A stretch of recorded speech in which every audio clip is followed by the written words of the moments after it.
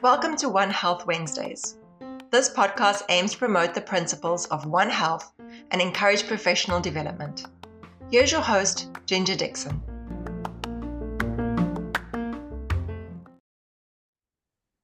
Hi, everyone. Welcome to One Health Wednesdays, a collaboration between LabOp Global and One Life Epi Solutions. I'm excited today to welcome Dr. Troy Tassier, and he is a professor of economics at Fordham University, author of The Rich Flee and the Poor Take the Bus, and writer of many other academic journals and blogs. And we're really excited to welcome him on today as he has a special focus on economics of public health and health equality. So I'm going to pause for a brief message for our sponsors, and then we'll welcome Troy. Concerned about the future of public health and our planet? One Life Epi Solutions has the answers. Introducing the One Health Playbook, your free guide to integrating One Health into your organization. Inside, discover actionable strategies, data-driven insights, and frameworks for powerful cross-sector collaboration. Learn how to streamline data collection, create impactful educational materials, and make a real difference. Download your free copy of the One Health Playbook today and start building a healthier tomorrow. Visit tinyurl.com/OHORG Playbook. That's tinyurl.com/OHORG Playbook. All right, we have Dr. Troy Tassier, again, professor of economics at Fordham University. Very excited to welcome you to the show, and thank you so much for joining us. Yeah, thank you for having me. I'm really excited for the conversation. Yeah, thank you. So we were talking a little bit before the show about how excited I am to have you on as an economics guru who is focused on, public health and health equality. We talked about just how important and needed that is. And we often talk about that, in this One Health space. Now we need people who understand those dynamics and can really address the inner workings of those systems, and that way we can address those things, in our policies and our programs. So I am interested to hear about your origin story, how you got into this public health side of economics. Yeah, I came to it in somewhat of a natural, but a bit of an unusual way, I think. So I was, as a grad student, I was being trained primarily as a labor economist, and interested in issues of social inequality and labor market inequality and segregation. And sort of my specialty within that was sort of the question of how social networks impact labor market outcomes. Did it create, did who you know or lack of who you know create wage inequality in the labor market? Did it create segregation? Because, a lot of job information or a lot of jobs are found through friends and relatives and acquaintances and whatnot. And so I had this expertise in social networks in economics. And I had a classmate, Linnea Polgreen, whose husband Phil was a public health professional and MD, PhD, an MD, MPH. And he was interested in the social networks because he was interested in things like vaccine optimization. And at the time, within his hospital, they were having a really hard time getting what he felt were acceptable levels of vaccinations within the hospital. And he was trying to incentivize people to get vaccinated for things like the flu and other infectious diseases. And so he approached me to see if we could do a project together where we would look at the social network structure within the hospital. So who comes in contact with who within the hospital? Did doctors see patients, doctors see nurses, nurses see patients, and all of these other interactions within the hospital, and to try to identify the people who were most important to make sure that they're vaccinated within the hospital. So we created this research project where we essentially followed around a whole bunch of different people in the hospital, from all of these different groups, right down to social workers and clerks and food service providers and every group that we could think about within the hospital. And then we created this big network model of who interacts with whom. And then we used computer technology to simulate the spread of outbreaks within hospitals to try to figure out, if we could vaccinate these people, that would make things much better within the hospital. And, we found some relatively, I thought, interesting things, which was, for instance, I always ask my students, who do you think is most important to vaccinate within the hospital? And people guess doctors and nurses and different things like that. But it turned out that the most important group, at least for the network structure within his hospital, were the clerks. And at first, this kind of surprised us, but then after the fact, it made sense because, Mhm. doctors go to the clerks to get, patient records. The families go to the clerks to, locate, family members that are within the hospital. Nurses see them. Food service folks see them. So they were really the nexus of the hospital that had the most, ability to, and it's not an ability that, we wanted to encourage, but they had the most ability to spread infectious disease throughout the hospital. Right, right. And I just thought that was, kind of it was a really simple project, but I also thought a really fascinating one. And then, as an economist, I got thinking about, this is really an important area, right? And, wage inequality in the labor market is important, but, people getting sick and dying of infectious disease just seemed an order of magnitude higher. And then I was kind of hooked on, working with Phil and his collaborators and whatnot in the public health space, and it kind of took off from there. My interest in public health. That's fantastic. That's fantastic. And I'm very thankful that, you got hooked. I, because Yeah. we need people, we need help economists, goodness. Um, and that is really interesting. I like that y'all found the clerks were the nexus. And I've always been interested in, the infectious disease modeling or kind of like those network models. And um, that is a really interesting way to use that and apply that. So very cool research, and I could definitely see why it got you hooked. Yeah. Well, it was important too because it was right around the time of um, was it the 2009 flu outbreak, and there were concerns within the Obama administration and all the way down about whether that was going to be something that ended up being, we didn't know COVID at the time, but wasn't going to be like another huge 1918 influenza pandemic. And Mhm. it was interesting, at least at that time. By that time, then I was in New York, and the regulations were that they wanted, or they gave vaccine priority to primary care workers, and they left out people like the clerks and the other folks that Phil and I and the other colleagues had found as being super important to make sure that they're vaccinated within healthcare settings. So I think it was kind of an interesting result, but I think it was also an important one. Yeah, yeah, and I think that speaks to a lot of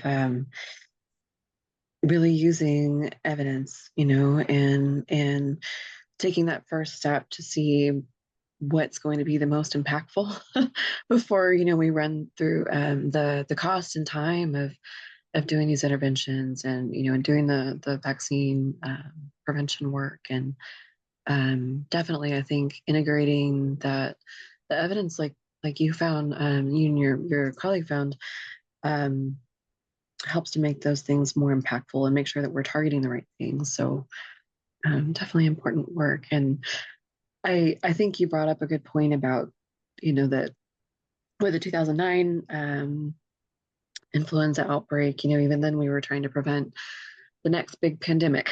And so which brings us into One Health. And a lot of folks um, are using One Health principles, as a way to um, to navigate and guide their pandemic prevention efforts. And I would love to hear more just about your, how you view those connections from your perspective. you mentioned a little bit before the show about just those kind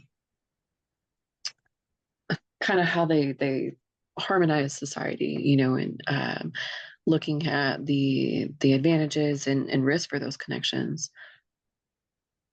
Yeah, I think, I mean, I think a really good example of this is the current avian flu, you know, I guess I'll call it an epidemic. I'm not sure how public health folks would like to phrase the current situation. Oh, If you think about, I'll the stay bird, neutral on that one. sorry. I said I'll stay neutral on that one because it Okay. will evolve. Outbreak, danger. I'm not sure what exactly we should call it at this moment. Yeah. But we have, interactions between birds and cattle and farm workers and the wider society. And, I don't think there's any getting away from the fact that it's a connected world. And if we kind of step away from the non-human world for a moment, this is something that people have talked about for decades and centuries.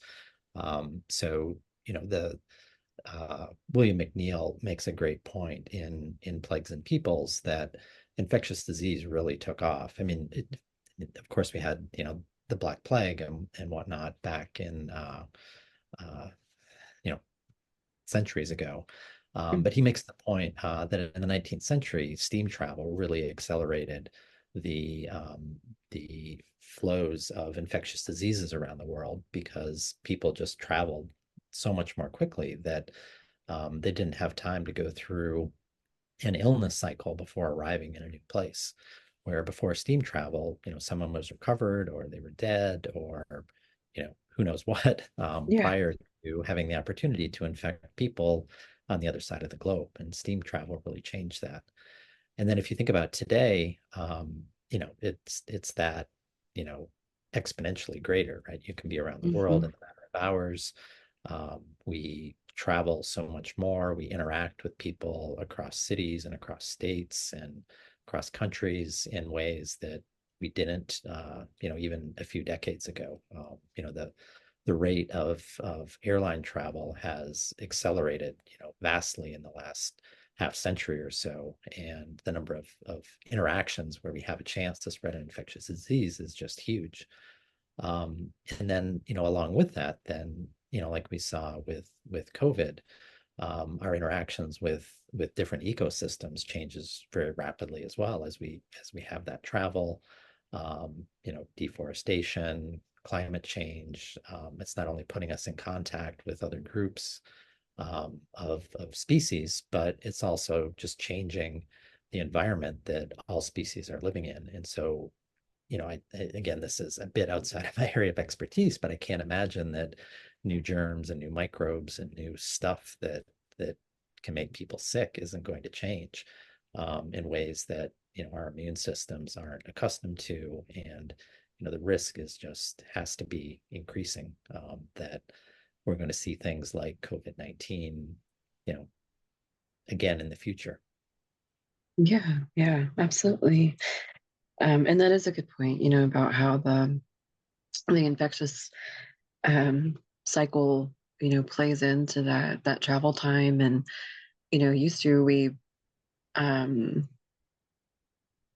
if an infectious disease is the type that, kind of has a short cycle and burns through quickly, and it would have less of a spread because it was burning through so quickly. And I say burning through, this is people we're talking about, but you know what I mean with as far as going through that cycle and causing the illness and causing those symptoms that really get it to spread around. Those would usually cause the biggest local impact, but wouldn't have a chance to spread as far, because they were so, I think that one of the terms I've heard used that they were so hot, and then now they really have a chance to spread almost as much as those ones that have the longer cycles, and are more mild, but but have a larger spread, like the common cold type of thing, because of our travel advances. And so that's definitely an interesting point. And I'm interested in, as you're talking through travel, and we were speaking a bit about health equity, what, how do you think the health equity, or health inequality, the flip side of that kind of ties into, these travel and connections, I guess, just very broadly, and then I'd love to dive into your book too, because I haven't had a chance to read it yet, so I'm hoping for some books and cliff notes here, so I can go out and buy it. I can give you the primer. Yeah, there's actually, I think, an interesting point that I make in the book that ties into this a little bit. So if you think about, if we go back again, say to the 19th century, and you think about these infectious diseases circling the globe, although at probably at a slower rate than they have the opportunity to do today. There was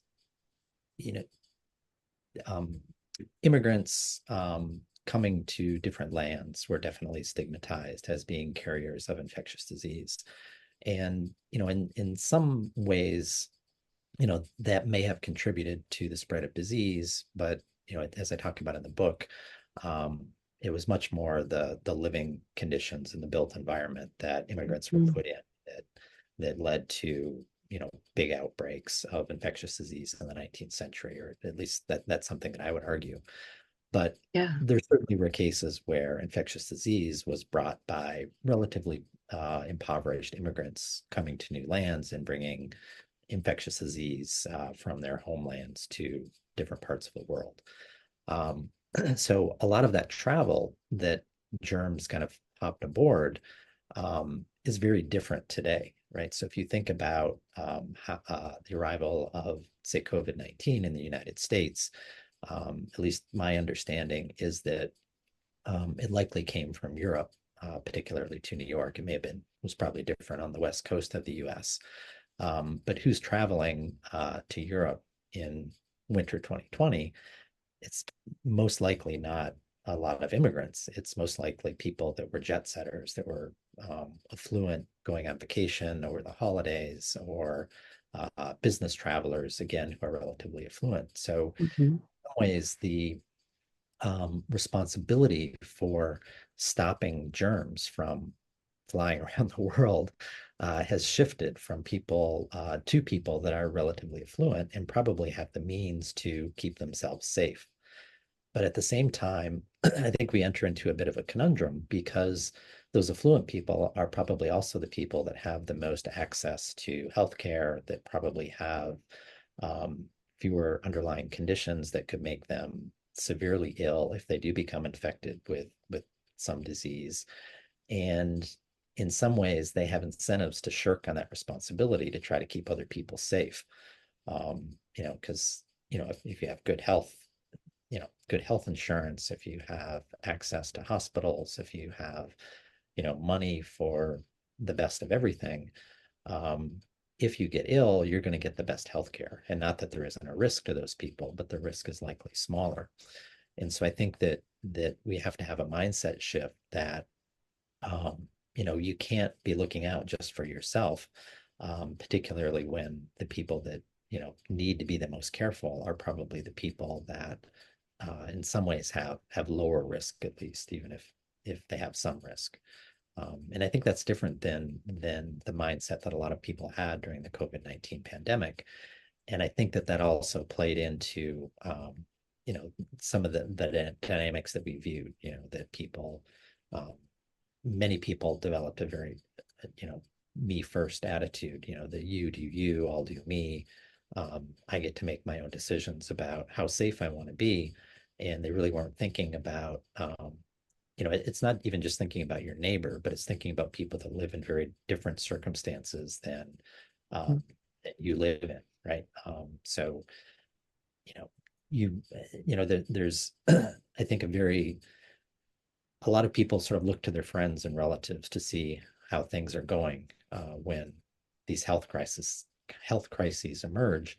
And if you're affluent, probably a lot of your friends are also affluent and they're having experiences similar to what you're experiencing, but they might not be looking to rural areas where there, isn't an emergency care center anywhere within the county, right, or anywhere within the local area where people live. They aren't looking to um, urban areas and cities that have underprovided healthcare services. And so I think they get a biased view of, things aren't as bad as maybe it's being reported on the news, just because they don't see that experience in their day-to-day lives. And I think that segregation within society of our viewpoints is perhaps, something that led to people believing misinformation more than they would have otherwise. Yeah, absolutely. A lot of that bias, kind of that, what you see around you, or observation bias, where you're looking for more of what you've seen, I guess, or that's what you kind of pick up on. And What you come to believe, I think. Yeah. Yeah, exactly. No, and I excuse me, it's always very humbling. For me, I did a lot of case and contact investigation during COVID, in kind of a rural area, and just seeing how different people were affected, and like you said, kind of the different attitudes between people. Some, were, like you said, kind of the me first, well, I've got to go about my day and it's not that bad. And, and then others who, were really trying to be cautious, and protect other people. And then those who saw, really the consequences of that, and I think about a lot of the, single moms, single parents in general, or those who had multi-generational housing, where they had grandparents, or, people with disabilities, or, multiple health conditions living in the home that they were really trying to protect.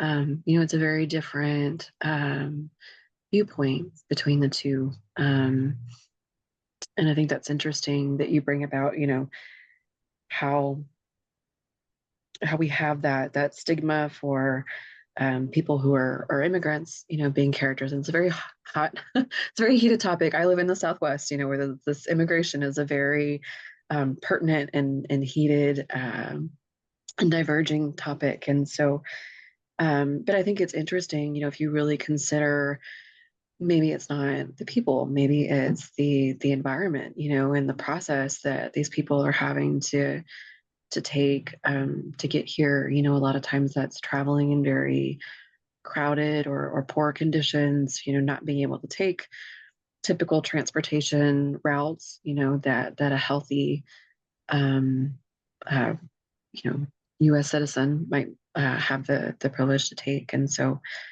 that is an interesting point that you bring about. And it brings us to your book. So you're the author of The Rich Flee and the Poor Take the Bus: How Our Unequal Society Fails Us During Outbreaks, and recently published with Johns Hopkins University Press. So I'd love to hear more about, what inspired your book, and and just what that process looked like for you, like what came up for you as you were developing this and writing this, and what do you hope to share through your work in this book? Yeah. Excuse me. So yeah, it was like, in some ways I hate to say this, it was a really fun book to write. Yeah. No, that's But a very sad topic, right? right. You have to But get some joy from it. You can't just yeah. delve on the sad part of it. It's got to be a balance. So when I was hired here at Fordham, they were really interested in my intermixing of economics and epidemiology and public health. And so for it's just a little bit over 20 years now, I've taught a course that mixes economics with economic development and then public health issues. So early on, it helped a lot with, for instance, a lot of public health issues in Africa with malaria and HIV/AIDS and TB, and many of the diseases that I don't want to say concentrated. I guess they are concentrated in Africa. But then, over time, I came to work a little bit more in general health equity issues in the US and in Europe and in other places. And, I had always kind of had this course and enjoyed teaching it. I thought it was an important course, as I had kind of been talking about earlier. And then, when COVID happened, I'd always kind of wanted to write a book that talked about these health equity issues. And with the things that I was seeing happening in the world, it just felt like I had to write it now. And so, I kind of had for a decade or so, kind of had the book in my head, but had never really had the feeling that I needed to write it yet. And then COVID just kind of made the idea for the book that much more urgent. And then on top of that, the thing that also when the pandemic first broke out that I kept reflecting back upon was, how so many of our behaviors at the onset of COVID-19 reflected things that had happened for centuries. Even if, simple things like going back to the 1918 influenza with, fights about mask requirements and whatnot. So, there's, amazing stories that just play out almost exactly like what we saw in the midst of COVID, at the height of COVID, down to there's a story in San Francisco where in 1918 there was this person standing on a street corner, saying you shouldn't wear masks. I think the quote was, "Masks are bunk. Take your masks off. You're being foolish." And a health inspector walked by and told him that he can't be saying that, and he had to put on a mask. And the person, I don't know why this would be, but it's 1918, so I don't quite understand 1918 culture, but he apparently had a bag of coins. And this person on the street corner struck the health inspector with a bag of coins. Again, it's 1918. Apparently, the health inspector had a pistol on him, and it's a gunfight and a scuffle and all of this stuff. Which in some ways, it wasn't quite, there weren't hopefully gunfights over masks in 2020. But I did have an aunt of mine, excuse me, not an aunt, a cousin. She's a slightly older cousin, so I often think of her as an aunt.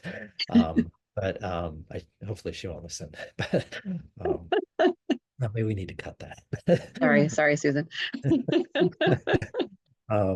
But in any case, she was doing I forget what we called them, but where you order stuff from a store and you pick it up on the street, a curbside pickup. Yeah.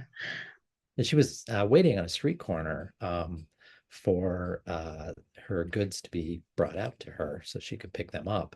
And she was accosted by a gentleman that literally tried to put his hands on her and tried to rip her mask off her face. Wow. And it was literally a fist fight broke out where she struck him back and he fell down and ended up with a broken nose. And then the police came along and ended up arresting him and whatnot. But yeah. and that's maybe a bit of a dramatic take, but the arguments over individual rights in public health protections, the firms trying to essentially circumvent protecting their workers. Those things have happened over and over again for centuries. Absolutely. And how heated it gets, I think, is definitely, that's a very similar situation 100 years later. Yeah. But there's, and even things like in the press, people trying to deny outbreaks occurring. There's a famous example of a yellow fever outbreak in New Orleans where, one of the common things, and partly where I get the name for my book, The Rich Flee and the Poor Take the Bus, when outbreaks would happen, say in the 19th century, people would just flee cities, and you would have 15, 20, 30, 40% of people that had the means would just escape the cities whenever yellow fever or cholera or something like that would arrive. And because of that, there was huge, economic turmoil within those cities when people left. And because of that, public officials and firms would try to, keep conversations about any potential outbreaks, on the lowdown, so that people wouldn't escape and they wouldn't lose money. And there's a great quote from a paper in Philadelphia about a yellow fever outbreak in New Orleans, where um, the quote was, I don't have the exact quote, so it's definitely a paraphrase, but they alluded to the fact that people in Philadelphia knew more about the yellow fever outbreak in New Orleans than people in New Orleans did, just because the newspapers in New Orleans wouldn't cover it.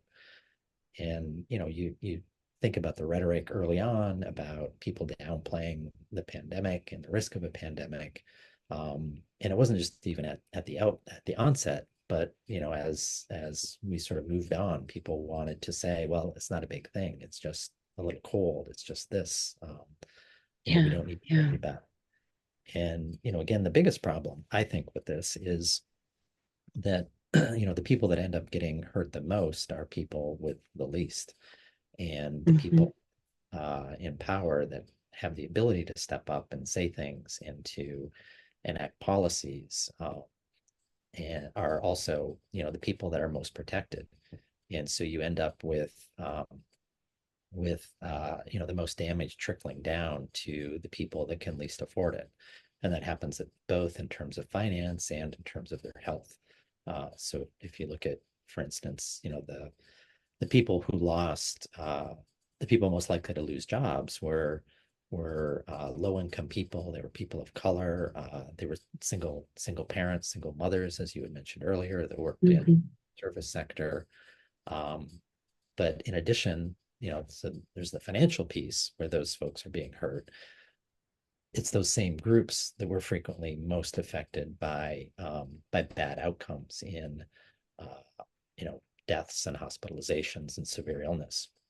So I think one of the things also that's a bit misunderstood, and this goes back to seeing people in your own neighborhoods, is I think people have a pretty good handle now that if you talk about people of color were 1.5 to 2 times more affected in terms of severe illness and hospitalization and death. But there's a lot of groups of people where a whole bunch of things come together. There's an intersection of poverty, comorbidities, lack of access to healthcare, and those 1.5 to 2 times kind of add up on top of each other. And so one of the, I think, just absolutely amazing statistics during the pandemic that people don't know, and it's related to my home here in New York, is that if you look at the COVID deaths in the first year of the pandemic, so just the calendar year 2020, the affluent areas that were the least affected had rates of mortality that were about 1/5 of the areas that were most affected. So if you look at areas in the Bronx, some areas in Queens and Brooklyn, they had 300 to 330 deaths per 100,000 people. And the most affluent areas had rates in the 50s to 60s. So, when I talk about, to just kind of put that in context, if you think about like rolling a die, right? If it comes up a 1, you have a person from an affluent area dying. If you get a 2, 3, 4, 5, or 6, that's a death in one of these more impoverished areas. And I think in a society as affluent as the US, I think that is just, to me, an abysmal failure of our society, that you could have rates of mortality that different within the same city even.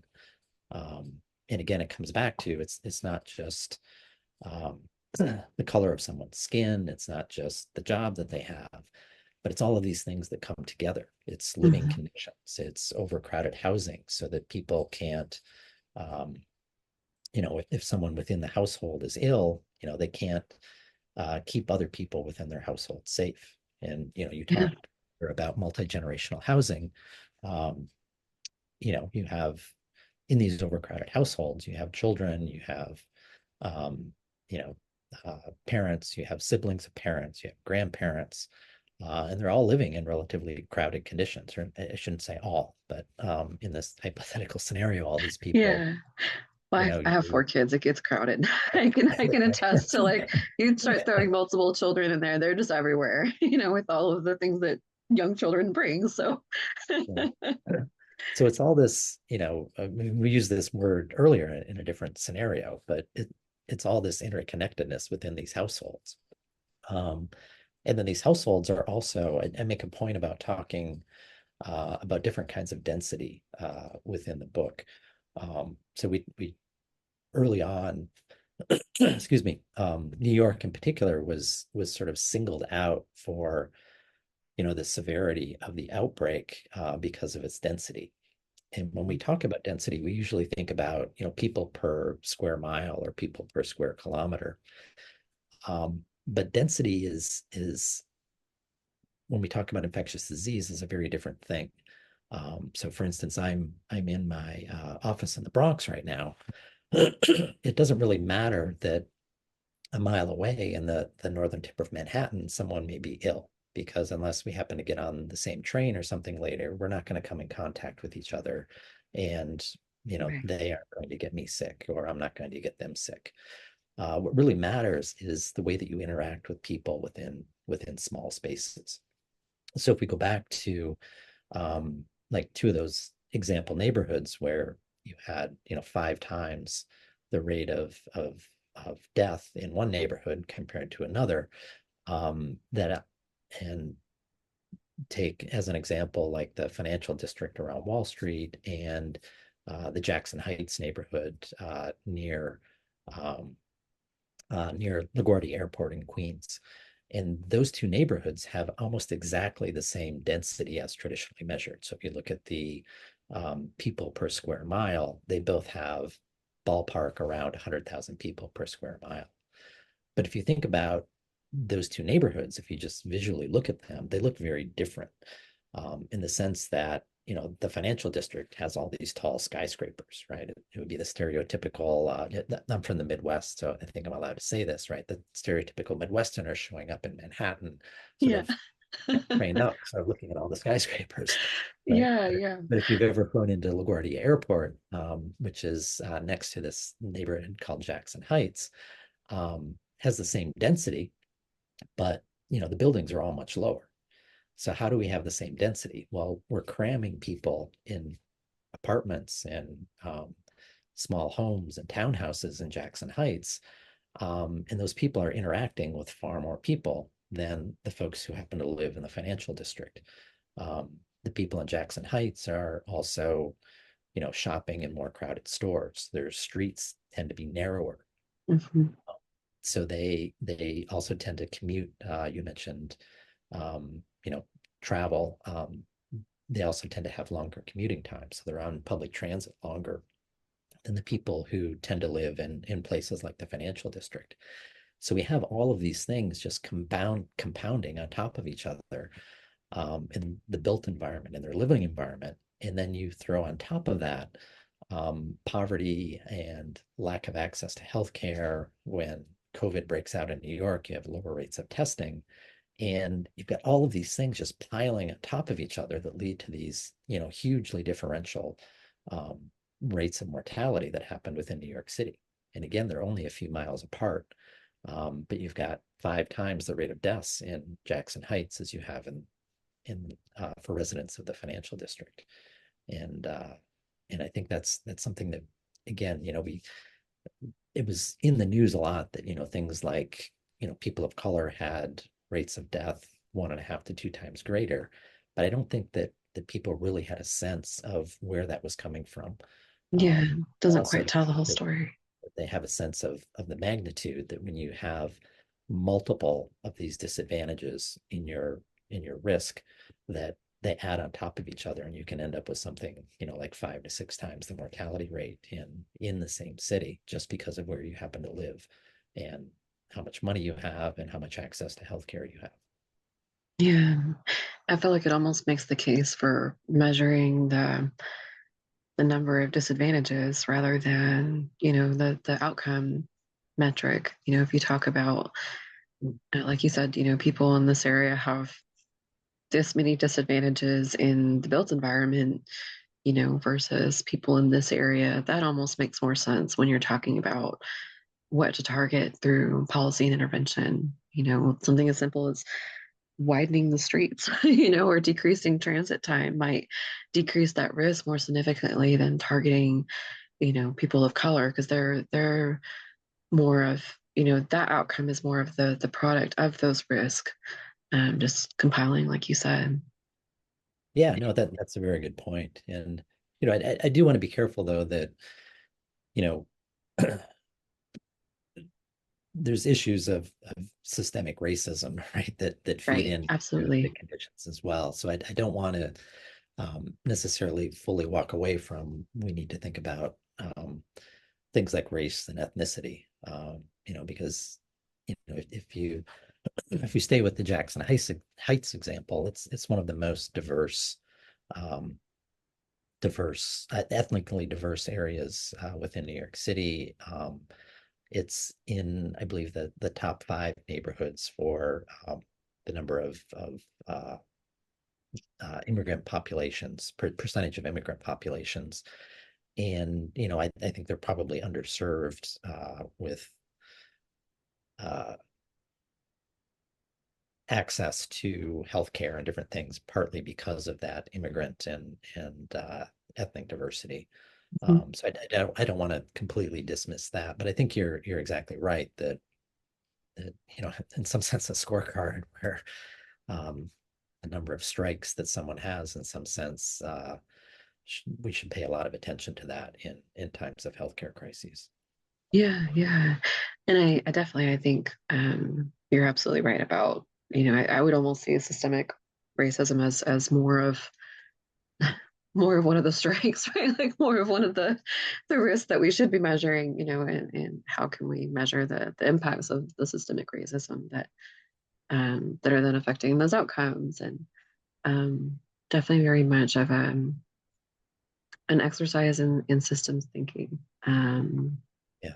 And yeah, and thank you so much for sharing, just some really great insight um, for us to think about, in public health and healthcare and One Health. And um, I'm interested. So, if you don't mind telling us a bit more about, yourself and, and your background, you mentioned that you grew up in the Midwest. You feel like that kind of impacted, getting into these health equity issues, and just your perspective in health economics. Yeah, no, I think it definitely did. And I mean, I'm a bit incongruent in that I live in New York now, but I grew up in a small town. My graduating class, I think, was like 30 or 32 people, right, in my public high school, right? Which Yeah. anyone in New York thinks that's crazy, right? That's like a Uh, classroom in New York or yeah, in, in the city. Yeah. yeah. But no, I think it did. And, I mean, I'm in a very urban area, but I have, huge interests in issues of rural healthcare. So just, a personal story. My father, he survived and is fine now, but he Okay. had a heart attack about 15 years ago. And again, we live in this very rural area of northern Michigan, or they live in, and I grew up in. And to be treated for his heart attack, he had to be taken to a hospital in the next county to the north, which is Right. about 30 miles away.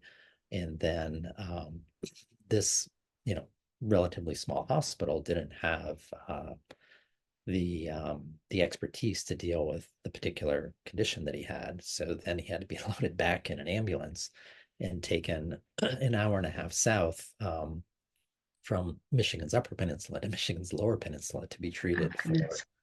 this, heart ailment. And again, Yeah. excuse me. Oh, no, you're good. It's that season. Yeah.